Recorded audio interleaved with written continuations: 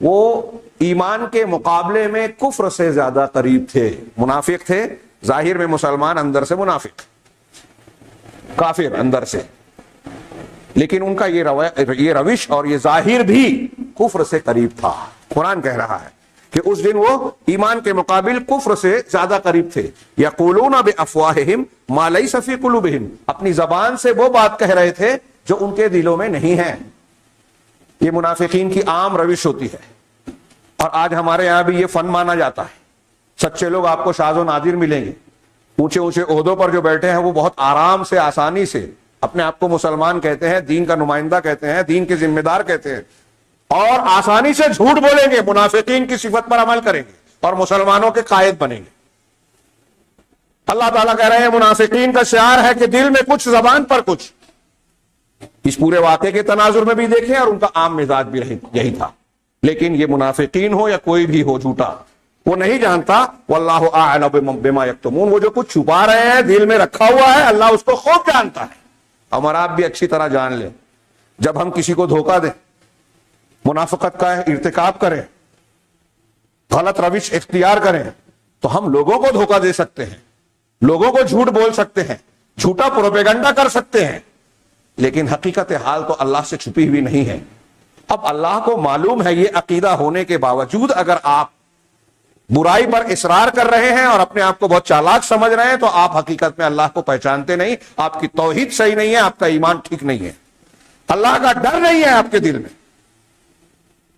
بہرحال مقام شوط سے جب یہ 300 لوگ چلے گئے، اللہ کے نبی صلی اللہ علیہ وسلم نے 700 کا لشکر ساتھ لیا، حوصلہ دیتے ہوئے ان کو آگے بڑھایا.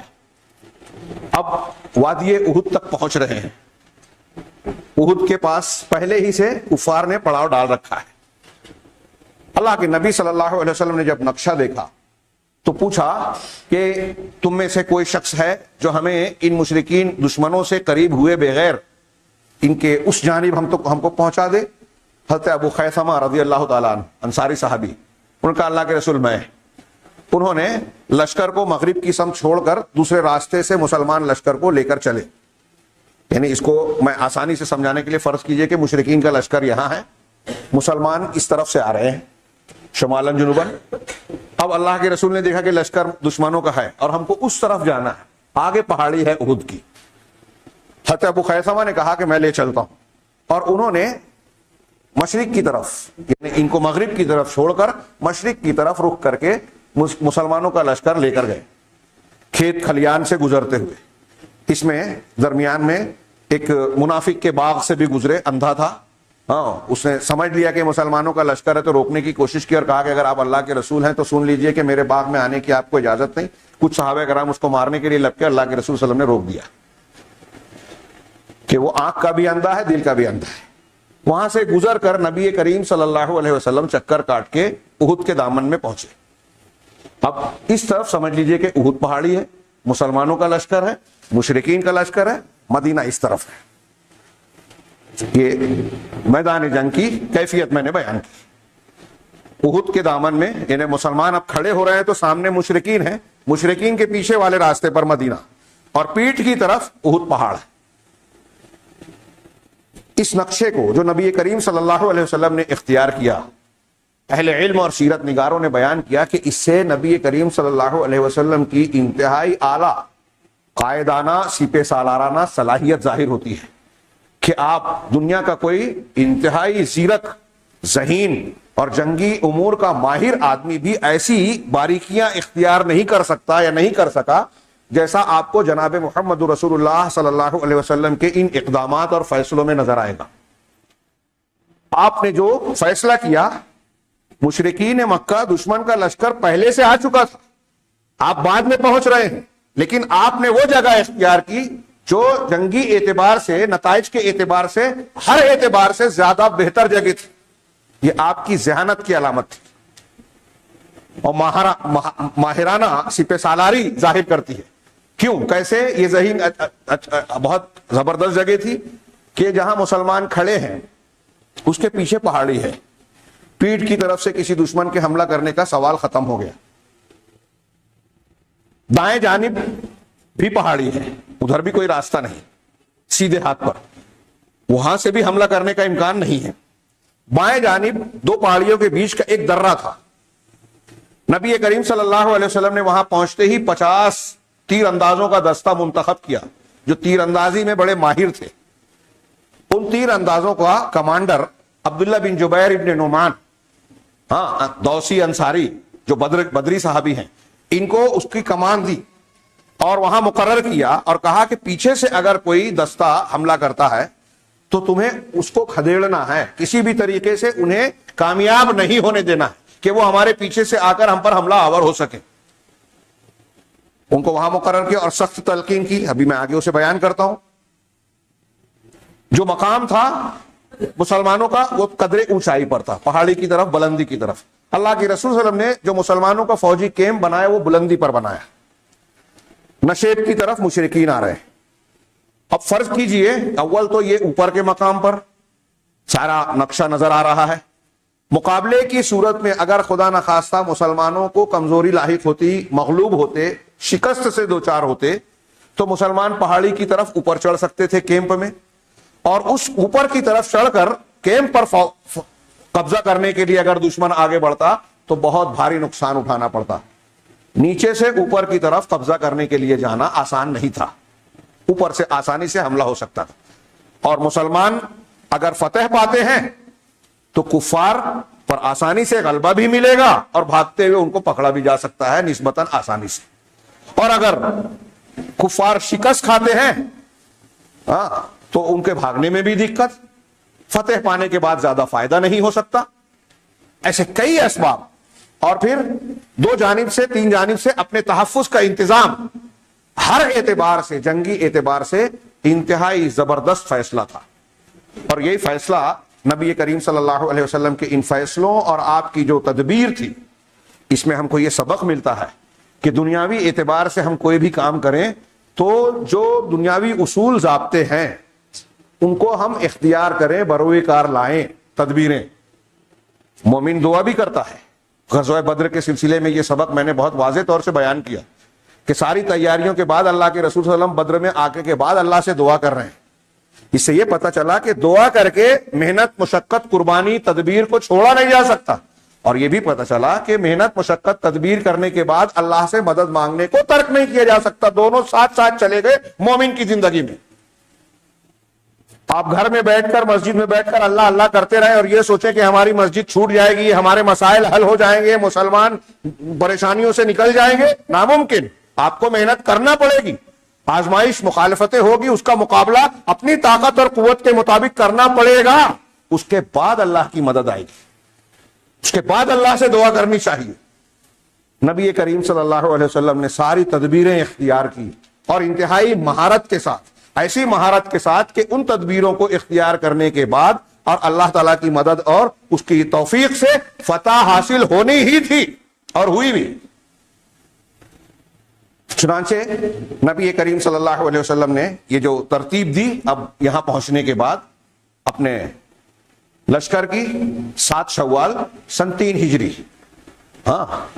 میمنہ پر حضرت عمرو بن منذر، حضرت منذر کو مقرر کیا. میسرہ پر حضرت زبیر بن عوام کو اور ان کا معاون مقداد بن اسود رضی اللہ تعالیٰ عنہ کو. اور ان کا ایک کام یہ بھی تھا کہ تم خالد ابن ولید کا دستہ جو کافروں کی طرف سے آئے تھے ان کو بطور خاص روکو گے.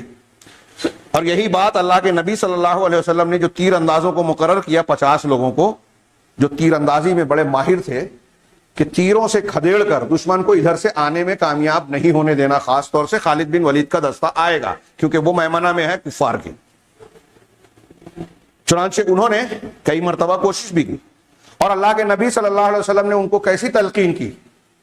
بخاری میں بھی حضرت برا کی روایت ہے اور دوسری روایتوں میں بھی ہے کہ اللہ کے نبی صلی اللہ علیہ وسلم نے ان تیر اندازوں سے اس جس کو قنات کا درہ کہا جاتا تھا، مقام کہا جاتا تھا، بعد میں احد کے واقعے کے بعد سے اس کو جبل الرمات کہا جاتا ہے. رمات رامی کی جمع ہے، تیر اندازوں کا کی پہاڑی.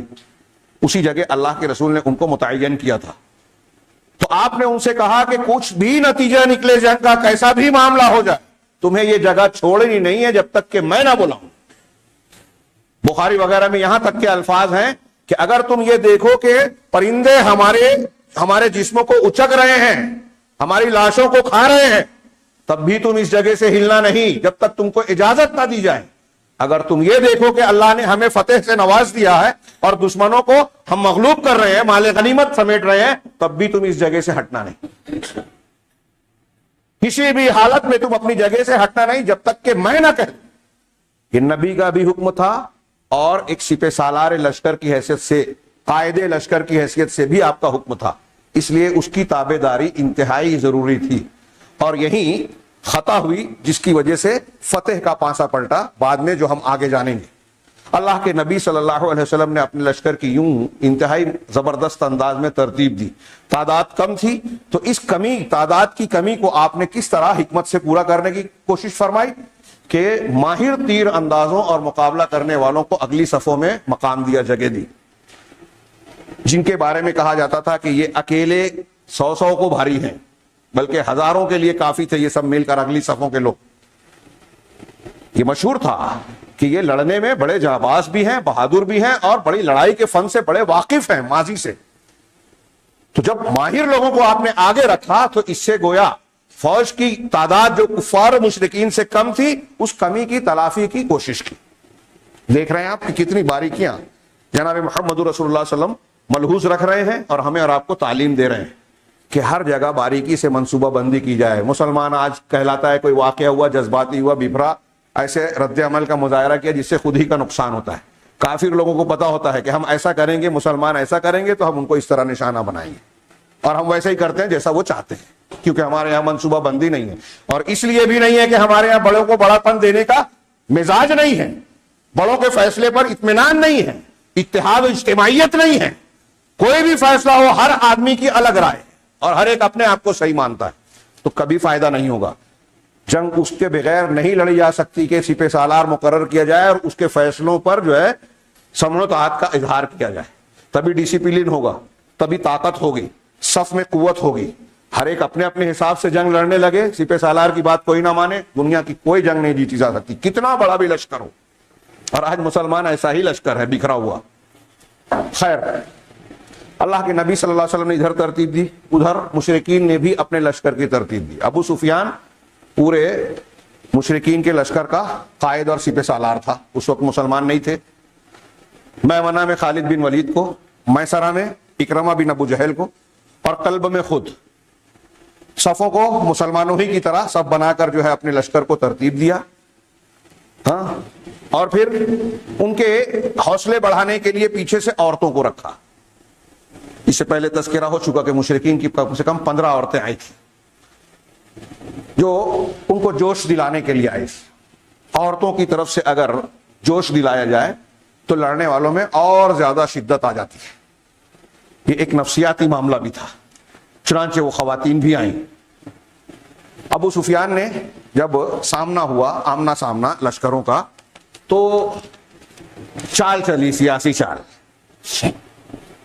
اور پہلے مسلمانوں کی طرف خطاب کر کے کہا کہ تم میں جو انصار ہیں مدینہ کے لوگ، تم لوگوں سے ہمارا کوئی لینا دینا نہیں، ہمارے چچا زاد بھائی محمد صلی اللہ علیہ وسلم اور ان کے ساتھیوں کو ہمارے سامنے کر دو، حوالے کر دو، ہم تم کو کوئی نقصان نہیں پہنچائیں گے۔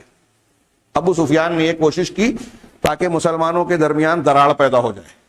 اب وہ تو صحابہ کرام تھے، ہماری طرح تو تھے نہیں کہ ٹوٹ جائیں، منافقت اختیار کر لیں۔ انہوں نے ابو سفیان کو سخت سست جواب دیا، کڑوی کسیلی سنائی، اور اس کی بات پر کوئی کان دھرنے والا ملا نہیں صحابہ میں کہ اللہ کے رسول کا ساتھ چھوڑ کر اس کی بات مان لیں کہ چلو ہم لشکر سے ہٹ جائیں گے تو بچ جائیں۔ وہاں تو مزاج یہ تھا کہ ہم 100 مرتبہ ہماری جان جائے چلے گا، اس کے بدلے میں رسول اللہ صلی اللہ علیہ وسلم کے پیر میں کانٹا نہ چبھے۔ آغاز ان سلسلوں کا اسی سے ہوا کہ پہلے دور کے مسلمانوں نے رسول اللہ صلی اللہ علیہ وسلم سے کیسی محبت کی، کیسی اتباع کی، دین کے لیے کیسی عظیم الشان قربانیاں دی۔ ان صحابہ کرام کو آج لوگ نشانہ بناتے ہیں، یہ بدر اور احد میں ان کی رودات پڑی ہے۔ بہرحال اللہ کے نبی جناب محمد رسول اللہ صلی اللہ علیہ وسلم سے الگ کرنے کے لیے اس نے کوشش کی، ناکام رہا۔ پھر قبیلہ دوس کا ایک پرانا سردار ابو عامر، جس کا نام عبد عمر سیفی ابن سیفی تھا، اور جس کو مدینہ میں پہلے لوگ راہب کہا کرتے تھے، لیکن اللہ کے رسول صلی اللہ علیہ وسلم نے کہا کہ وہ راہب نہیں بلکہ فاسق ہے، اس لیے اس کو ابو عامر فاسق کہتے تھے، اور یہ قبیلہ دوس کا سردار رہا کرتا تھا، لوگ اس کی باتیں مانا کرتے تھے۔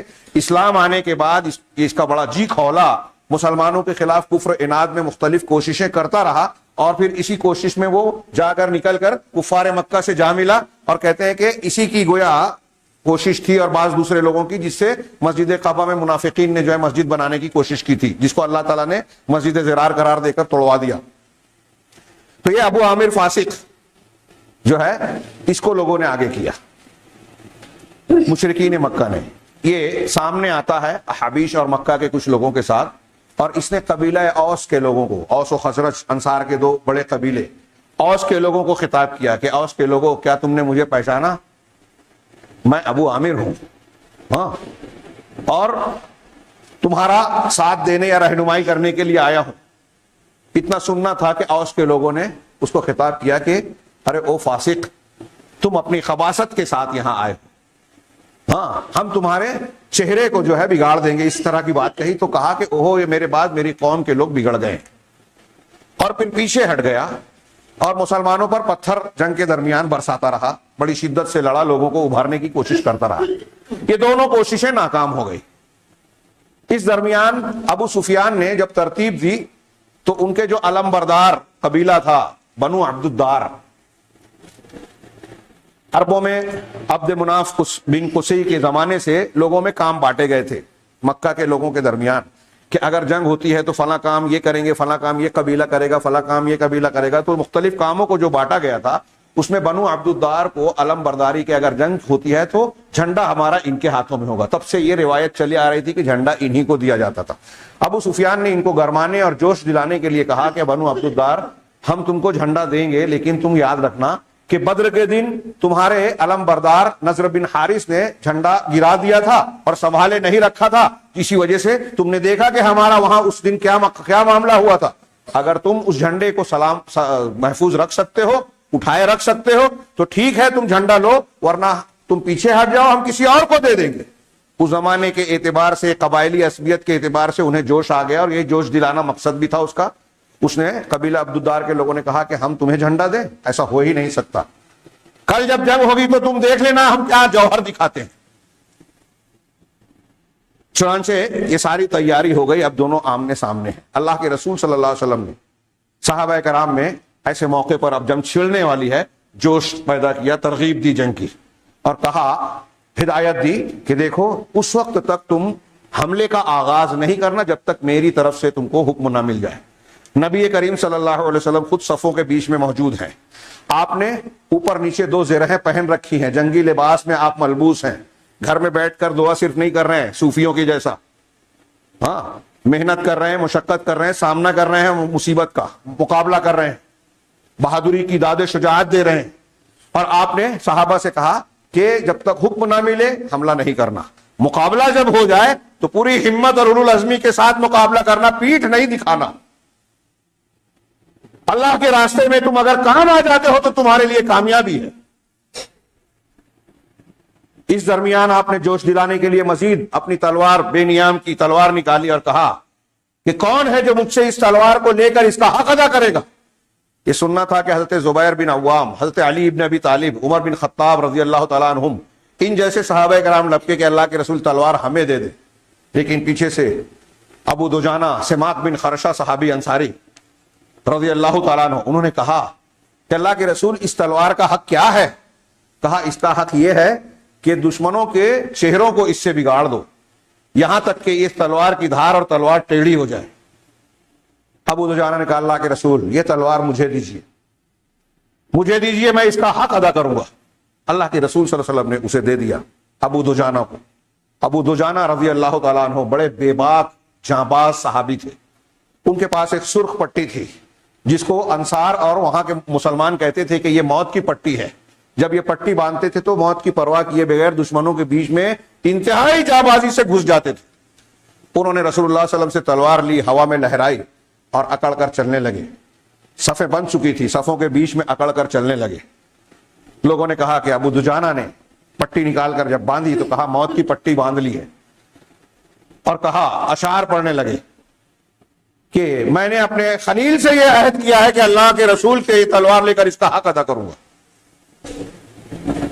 چنانچہ جب بات کا واقعہ ہے کہ حضرت زبیر کہتے ہیں میں اسے آگے بیان کرتا ہوں، جب یہ اکڑ کر چلنے لگے نبی کریم صلی اللہ علیہ وسلم نے دیکھا تو کہا کہ یہ وہ چال ہے جو اللہ کو پسند نہیں ہے، لیکن اس مقام پر یہ ناپسندیدہ نہیں ہے کیونکہ دشمنوں کے سامنے وہ اکڑ رہے تھے، اکڑ کر چل رہے ہیں۔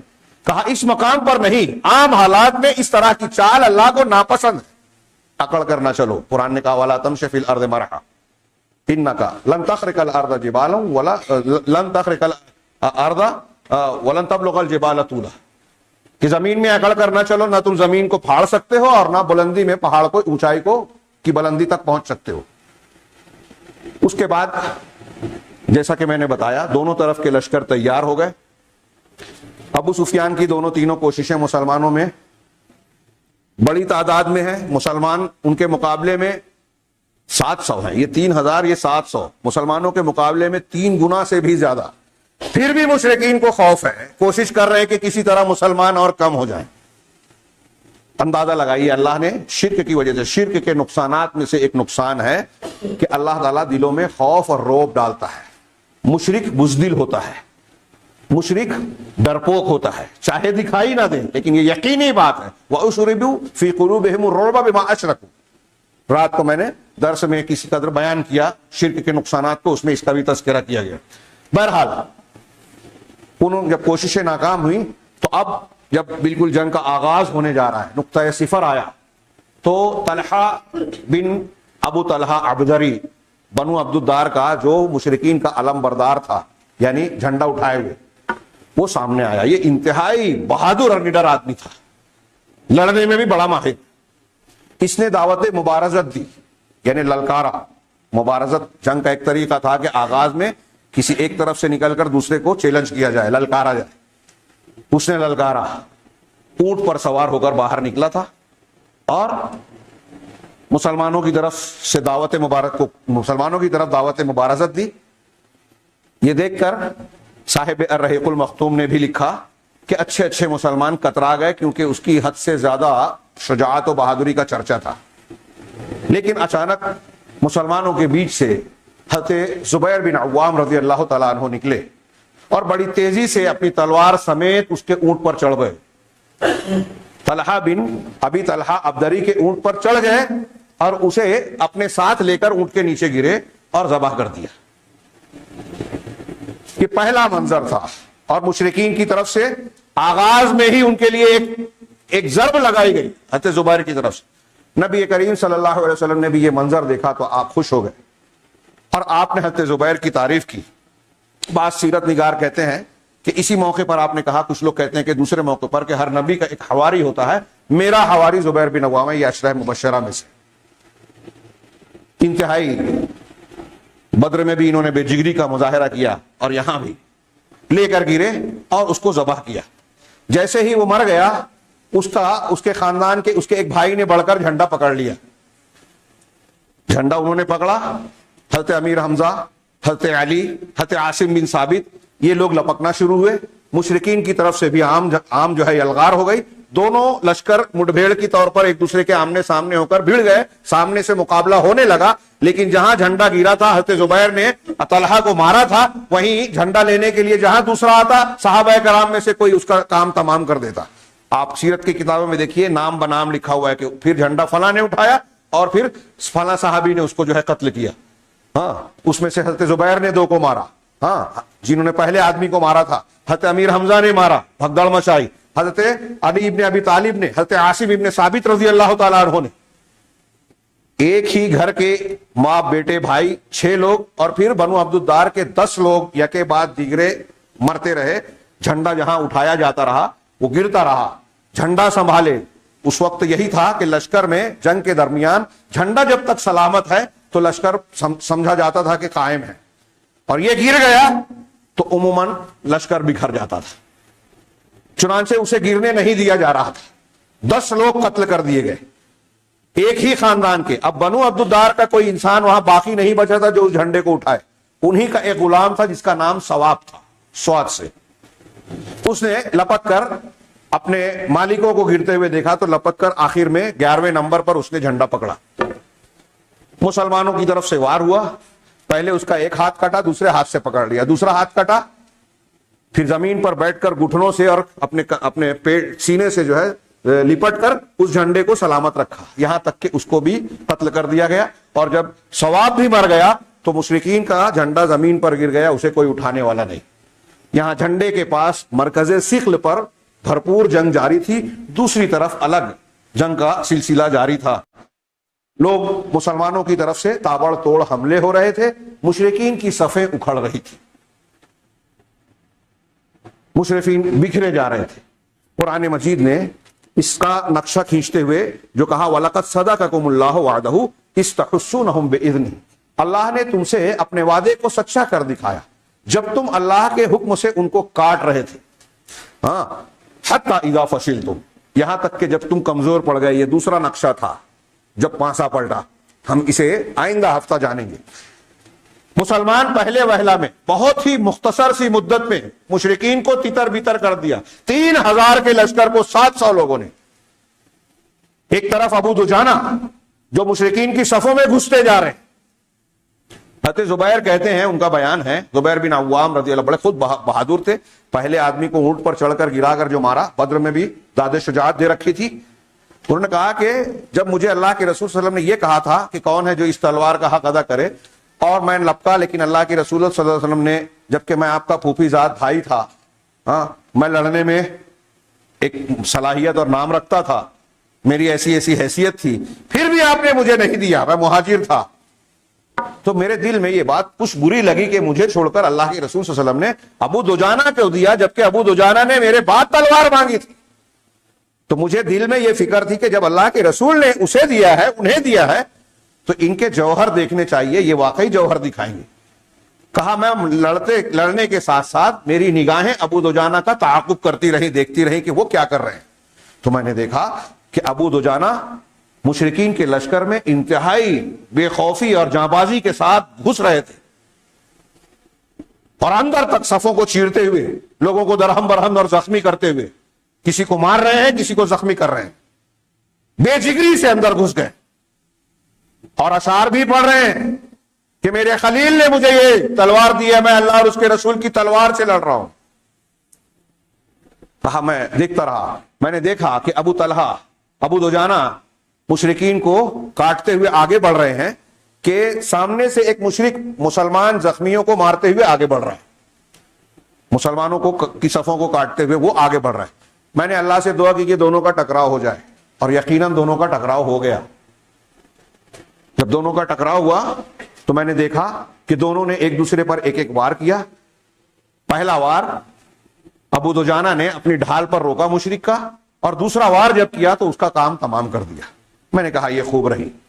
پھر اس کے بعد ابو دجانہ حملہ کرتے ہوئے آگے بڑھے, یہاں تک کہ مشرکین کی صفوں کو چیر کر اس مقام تک پہنچ گئے جہاں عورتیں تھیں. عورتیں پیچھے سے ان کو, مشرکین کو جوش دلا رہی تھی کہ اے عبدالدار, اے ہمارے پاسداروں, جہاں بازی سے وار کرو, اگر تم آگے بڑھو گے تو ہم تم کو گلے لگائیں گی, تمہارے لیے قالینیں بچھائیں گی. یہ ان کے اشعار کے ترجمے ہیں, الرحیق المختوم وغیرہ میں دیکھ سکتے ہیں.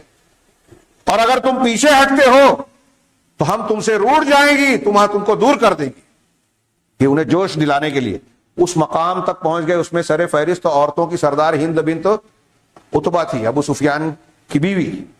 چنانچہ جب ابو دجانہ عورتوں تک پہنچے تو انہیں پتہ نہیں تھا کہ یہ خواتین ہیں. ہاں, حضرت زبیر کہتے ہیں کہ میں نے دور سے دیکھا کہ ایک شخص پر حضرت ابو دجانہ نے تلوار کو اٹھایا, اور بالکل سر کے بیچ میں پہنچنے کے بعد اپنی تلوار روک لی اور ہٹ گئے. میں نے کہا اللہ بہتر جانتا ہے, اللہ اور اس کے رسول بہتر جانتے ہیں کیا معاملہ ہے, اللہ بہتر جانتا ہے. بعد میں پتا چلا کہ ابو دجانہ جیسے ہی وار کرنے لگے تو اس شخص کی طرف سے جب آواز نکلی جزا فضا کی, ہائے اور اف کی, تو انہیں پتا چلا کہ یہ عورت ہے, مرد نہیں. تب ابو دجانہ نے اپنا وار روک لیا اور ہٹ کر کہا کہ میں اللہ کے رسول صلی اللہ علیہ وسلم کی تلوار کو بے عزت نہیں ہونے دوں گا ایک عورت پر وار کر کے. عورت پر وار اس تلوار سے میں نہیں کر سکتا. اور آپ وہاں سے ہٹ گئے. یہ ابو دجانہ کی داد شجاعت تھی. دوسری طرف امیر حمزہ یہ بھی مشرکین کے صفوں کو کاٹتے ہوئے ان کے بالکل بیچوں بیچ پہنچ گئے، چاروں طرف سے مشرکین، بیچ میں ابو طلحہ گھرے ہوئے، اور اس طرح آپ حملہ کرتے کہ جیسے ہوا اپنے ارد گرد کی چیزوں کو اڑاتی ہے۔ لیکن لڑتے لڑتے یہ شہادت کے درجے کو، شہادت کا جام نوش فرماتے ہیں۔ چنانچہ وحشی ابن حرب، جنہوں نے حضرت امیر حمزہ کو شہید کیا، یہ طائف کی جنگ کے بعد مسلمان ہوئے، بخاری وغیرہ میں روایت ہے، اور اسی نیزے سے جس سے حضرت امیر حمزہ کو مارا تھا، وہاں جھوٹے نبی مسیلمہ کذاب کو مارا تھا یمامہ کی جنگ میں۔ وحشی ابن حرب کہتے ہیں کہ میں غلام تھا، جبیر ابن مطعم کا غلام تھا، اور جبیر ابن مطعم کے چچا طعیمہ بدر میں مارے گئے تھے۔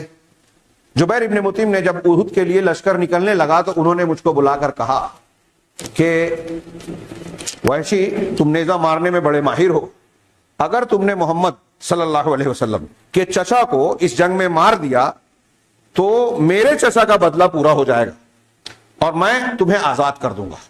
وحشی بن حرب کہتے ہیں کہ بس میرے دل میں یہ خیال بیٹھ گیا کہ مجھے امیر حمزہ کو مارنا ہے تاکہ میں آزاد ہو جاؤں۔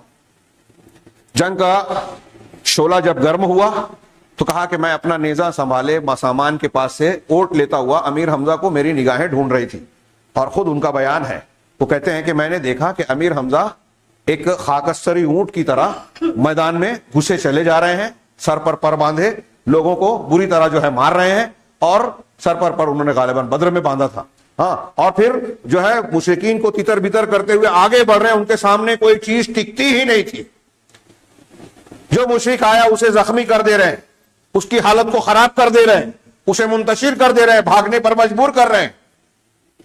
کہا میں جہاڑوں کی اوٹ لے کر ابھی ان کو نشانہ لے رہا تھا کہ میرے پیچھے سے ایک آدمی تیزی سے ان تک پہنچا، سبا بن عبد العزا، لیکن امیر حمزہ نے جیسے ہی ان کو سامنے پایا، وہ شرمگاہ کو کاٹنے والی کے بیٹے کہہ کر کہا کہ یہ لے تیرا انجام، اور اس کو ایک ہی وار میں ختم کر دیا، جیسے اس کا سر اس کے بدن پر تھا ہی نہیں۔ کہا یہ میں نے دیکھا، اپنا نیزہ میں نے سنبھالا اور نیزے کا نشانہ لیا، جب میرے مطابق میں جیسا چاہتا تھا نشانے پر آ گیا تو میں نے پھینک مارا، میرا نیزہ امیر حمزہ کے پیٹ کے نچلے حصے میں لگا اور آر پار ہو گیا۔ انہوں نے اس کے باوجود میری طرف لپکنے کی کوشش کی لیکن مغلوب ہو گئے، اور میں دیر تک ٹھہرا رہا یہاں تک کہ ان کا کام تمام ہو گیا۔ جب وہ پورے طریقے سے جان نکل گئی تو میں واپس آیا اور سامان کے پاس بیٹھ گیا، مجھے اب کوئی سروکار نہیں تھا، اس لیے کہ میں تو صرف ان کے قتل سے اپنی آزادی چاہتا تھا۔ حضرت امیر حمزہ رضی اللہ تعالیٰ عنہ کی یہ شہادت ہوئی، اس کے باوجود مسلمان بے جگری سے لڑتے رہے۔ اس دن صحابہ کرام میں سے متعدد لوگوں نے شجاعت اور بہادری کے ایسے نمونے پیش کیے جس کی مثال نہیں ملتی، چاہے حضرت بکر صدیق رضی اللہ تعالیٰ عنہ ہوں، عمر فاروق ہوں، علی بن ابی طالب ہوں، زبیر ہوں، عبداللہ بن جحش ہوں، سعد بن معاذ، سعد بن عبادہ اور دوسرے متعدد صحابہ کرام۔ ان کی بہادری اور داد شجاعت کا نتیجہ تھا کہ کچھ ہی لمحوں میں مشرکین کی صفوں میں بھگدڑ مچ گئی، انتشار پیدا ہو گیا۔ ان کا جو جھنڈا گرا ہوا تھا اسے اٹھانے والا جب کوئی نہیں رہا تو یہ لوگ منتشر ہونے لگے۔ اس درمیان حضرت خالد بن ولید جو اس وقت کافر تھے، اپنا دستہ لے کر 3 مرتبہ ابو عامر فاسق اور خالد بن ولید نے پیچھے سے حملے کی کوشش کی، دائیں جانب سے، اسی جبل الرمات سے جہاں اللہ کے رسول نے 50 تیر اندازوں کو مقرر کیا تھا۔ تیر اندازوں نے بھی بڑی جو ہے مہارت کے ثبوت کے ساتھ 3 مرتبہ خالد بن ولید نے کوشش کی، 3 مرتبہ پیچھے سے حملے کی، تینوں مرتبہ ناکام ہو کر واپس لوٹنا پڑا۔ اسی درمیان جب مسلمانوں کو فتح حاصل ہو رہی تھی، حضرت حنظلہ رضی اللہ تعالیٰ عنہ کی شہادت بھی ہوئی۔ حضرت حنظلہ اسدی، یہ ابو عامر فاسق جس کا تذکرہ کیا جا رہا تھا، اس کے بیٹے تھے، نئی شادی ہوئی تھی، دلہن کے ساتھ تھے، اپنی بیوی کے ساتھ تھے، ہم آغوش تھے۔ اعلان ہوا کہ مسلمانوں میں جو جنگ کی صلاحیت رکھتا ہے وہ نکل پڑے، اپنی بیوی کے پاس سے اٹھ کے ڈائریکٹ میدان جنگ کی طرف اللہ کے رسول صلی اللہ علیہ وسلم کے لشکر کے ساتھ نکل گئے، اور پھر مشرکین کی صفوں کو چیرتے ہوئے ان کے سردار ابو سفیان تک پہنچ گئے۔ ابو سفیان جو سپہ سالار لشکر تھا، اور اس کو مارنے کے لیے تلوار اٹھائی ہی تھی کہ اس وقت شداد بن اوس ان کے لشکر میں جھٹ لپک کر جو ہے خود حضرت حنظلہ پر حملہ کیا، اور خود ان کی شہادت ہو گئی۔ اللہ تعالیٰ نے ان کی شہادت مقدر کی تھی، جن کو الغسیل کہا جاتا ہے، غسیل الملائکہ، جن کو فرشتوں نے غسل دیا۔ بیوی سے ملاقات کر کے اسی حالت میں میدان جنگ میں پہنچے تھے، بعد میں تلاش کرنے پر پتہ چلا کہ ان کی جسم ہوا میں اٹھا ہوا ہے، بعض روایت سے معلوم پڑتا ہے، اور ان سے پانی ٹپک رہا ہے۔ کہا کہ فرشتے انہیں غسل دے رہے تھے، معلوم کیا تو پتہ چلا کہ ناپاکی کی حالت میں یہ آ گئے تھے، فرشتوں نے غسل دیا۔ حضرت حنظلہ کی شہادت ہوئی، تیر اندازوں نے 3 مرتبہ کھدیڑا، اور پھر دیکھتے ہی دیکھتے مسلمان جو ہے چھاتے چلے گئے، ایمانی جذبے کے ساتھ مسلمان لشکر جو ہے آگے بڑھتا رہا، مشرکین منتشر ہوتے رہے، اور گھنٹہ 1.5 گھنٹہ 2 گھنٹے میں بہت کم مدت میں ایسا ہوا کہ مشرکین پسپا ہو کر میدان سے بھاگنے پر مجبور ہوئے۔ بخاری میں اور دوسری روایتوں میں موجود ہے کہ صحابہ کرام کہتے ہیں کہ ہم نے مشرکین کی عورتوں کو دیکھا کہ اپنے کپڑوں کو اوپر اٹھا کر بھاگ رہی ہیں پہاڑیوں، احد کی پہاڑیوں میں، ان کی پنڈلیاں اور پازیب نظر آ رہے تھے۔ شریف خاندانوں کی عورتوں کی یہ شکل ایسی ہی حالت میں ہو سکتی تھی اس زمانے میں جب بہت ہی خوف اور دہشت کا معاملہ ہو۔ آج کے زمانے میں تہذیب اور تمدن میں عورتیں ننگی ہو جاتی ہیں، اس وقت جاہلیت کی شریف خاندان کی عورتیں جو ہیں کپڑے نہیں اتارتی تھی۔ بہرحال ان کو بھاگنے پر مجبور ہونا پڑا، ان کا لشکر منتشر ہو گیا۔ صحابہ کرام نے میں سے ایک جماعت نے مشرکین کا کچھ دور تک تعاقب بھی کیا، ان کے پیچھے بھاگنے لگے، یہ میدان سے پیچھے بھاگے، منتشر ہو گئے، کچھ تتر بتر ہو گئے، ادھر سے یہ بھاگ رہے ہیں، میدان میں جو مشرکین ہیں ان کے سامان ہے، مسلمان مال غنیمت کے طور پر اسے سمیٹنے لگے۔ جب یہ منظر تیر اندازوں نے دیکھا، وقت کافی زیادہ ہو گیا، میں صرف اشارہ کروں اور آج کی بات ختم کروں۔ تیر اندازوں نے جب یہ منظر دیکھا کہ لوگ مال غنیمت سمیٹ رہے ہیں، مسلمانوں کو غلبہ حاصل ہو گیا، تو ان میں سے کئی لوگوں نے کہا غنیمت غنیمت، چلو غنیمت کا مال سمیٹیں۔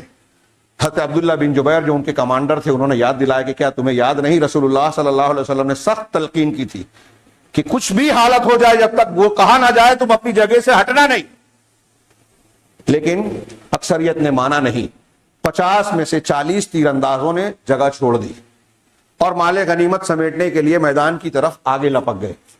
اس صورتحال کو دیکھ کر خالد ابن ولید نے فائدہ اٹھایا اور بڑی تیزی سے چکر کاٹ کے پیچھے سے پہنچے، اور وہ 10 صحابہ کرام عبداللہ بن جبیر کے ساتھ بقیہ جو 9 تھے ان کو ملا کر 10 صحابہ کرام کو پہلے شہید کیا، ان کا مقابلہ کیا۔ ظاہر سی بات ہے کہ اب وہ تعداد میں بہت کم تھے، ان کو شہید کیا۔ آپ دیکھ رہے ہیں ہم آئندہ جمعہ کو قرآن کی آیت اور اس سلسلے میں مسلمانوں کی ایک غلطی کی وجہ سے جو جنگ کا پانسا اور نقشہ پلٹ گیا، اس کی کچھ تفصیلات جانیں گے۔ ابھی مسلمان فتح سے ہمکنار ہو چکے ہیں، اللہ کی مدد آ چکی پہلے مرحلے میں۔ اللہ کے نبی جناب محمد رسول اللہ صلی اللہ علیہ وسلم نے جو حکمت عملی اختیار کی تھی اس کو کامیاب ہوتے ہوئے صحابہ نے اپنی آنکھوں سے دیکھا۔ تھوڑی ہی مدت میں اللہ کے رسول صلی اللہ علیہ وسلم یہ جو کامیابی ملی، کہتے ہیں کہ غزوہ بدر کی کامیابی سے کچھ کم نہیں تھی کہ یہاں بھی 700 کے مقابلے میں 3000 ہیں اور بہت کم وقت میں فتح حاصل ہو گئی۔ لیکن تیر اندازوں نے رسول اللہ صلی اللہ علیہ وسلم کی اطاعت سے تھوڑا سا انحراف کیا، غلطی کر بیٹھے، انسان تھے۔ 40 لوگ ہٹ گئے، سپہ سالار اور رسول کی بات نہیں مانی، اور پیچھے سے خالد ابن ولید کا دستہ آیا۔ پہلے وہ 10 صحابہ، جب مسلمان غلطی کرتے ہیں تو اس غلطی کا عمومی بھگتان جب بھگتنا پڑتا ہے تو پہلی ضرب ان لوگوں پر بھی پڑتی ہے جنہوں نے غلطی نہیں کی۔ کشتی میں سوراخ کسی ایک آدمی نے کیا، جب کشتی ڈوبتی ہے تو وہ بھی ڈوبتے ہیں جنہوں نے سوراخ نہیں کیا۔ ایسے ہی 40 لوگ ہٹے تھے، غلطی ان کی تھی۔ 10 صحابہ کرام وہاں موجود تھے، پہلے وہ شہید ہوئے۔ ہم یہ نہیں کہہ رہے کہ وہ ناکامیاب ہو گئے، شہادت بہت اعلیٰ مقام ہے، اللہ نے ان کو اعلیٰ مقام اور درجات سے نوازا، لیکن اس کی جو پہلی مصیبت کی شکل مادی اعتبار سے ہم کہہ رہے ہیں جنگ میں شکست کا معاملہ، تو پہلے ان لوگوں کا سامنا کرنا پڑا جنہوں نے غلطی نہیں کی تھی۔ اجتماعی حالات میں یہی ہوتا ہے، جو غلطی کرتا ہے جب اس کا بھگتان بھگتنا قوم کو پڑتا ہے تو غلطی کرنے والے اور نہیں کرنے والے عمومی طور سے سب لپیٹے میں آتے ہیں۔ یہ الگ بات ہے کہ جنہوں نے غلطی نہیں کی وہ اللہ کے یہاں مجرم نہیں ہے۔ بہرحال حضرت خالد کا دستہ جب پیچھے سے آیا تو اب جنگ کا نقشہ ہی بدل گیا۔ مشرکین نے نعرے لگائے، اپنے لوگوں کو آواز دی، جو بھاگتے ہوئے مشرک تھے وہ واپس پلٹے۔ ایک مشرکہ عورت نے گرے ہوئے جھنڈے کو اٹھا لیا، اس جھنڈے کے گرد پھر سے مشرکین اکٹھا ہونے لگے۔ اب نقشہ یہ بنا کہ مسلمان یہاں ہیں، میدان جنگ میں غنیمت سمیٹ رہے ہیں، اللہ کے رسول صلی اللہ علیہ وسلم 9 صحابہ کرام کے ساتھ الگ ہیں۔ خالد ابن ولید نے پیچھے سے جب حملہ کیا تو اللہ کے رسول صلی اللہ علیہ وسلم الگ، مسلمانوں کا لشکر الگ، مشرکین پیچھے سے واپس لوٹ رہے ہیں وہ الگ، اور مسلمان 2 جبڑوں کے بیچ میں پیس کر رہ گئے۔ اللہ تبارک و تعالیٰ نے اس نقشے کا ذکر کیا، اس کے اسباب بتائے، کیوں یہ صورتحال ہوئی۔ ہمارے رب کے لیے اس میں بہت بڑا سبق ہے۔ آج مسلمانوں کو قدم قدم پر جو ناکامیابی کا شکار ہونا پڑتا ہے، اس کی کیا وجہ ہے، اگلے اس واقعے کی جو اگلی کڑی ہے اس میں ظاہر ہوگا. انشاءاللہ آئندہ ہفتہ ہم اس پر نگاہ ڈالیں گے. اللہ تبارک و تعالیٰ سے دعا ہے کہ وہ ہمیں دین کو صحیح طریقے سے سمجھنے اور اس پر عمل کرنے کی توفیق عطا فرمائے اور اس کی برکت سے دنیا اور آخرت میں کامیابیوں سے نوازے. اقول قولی ھذا واستغفر اللہ لکم ولسائر المسلمین صلی اللہ علی نبینا محمد. بارک اللہ لنا ولکم فی القرآن المجید ونفعنا وإیاکم بالآیات والذکر الحکیم انہ تعالی جواد کریم ملک الرؤوف الرحیم.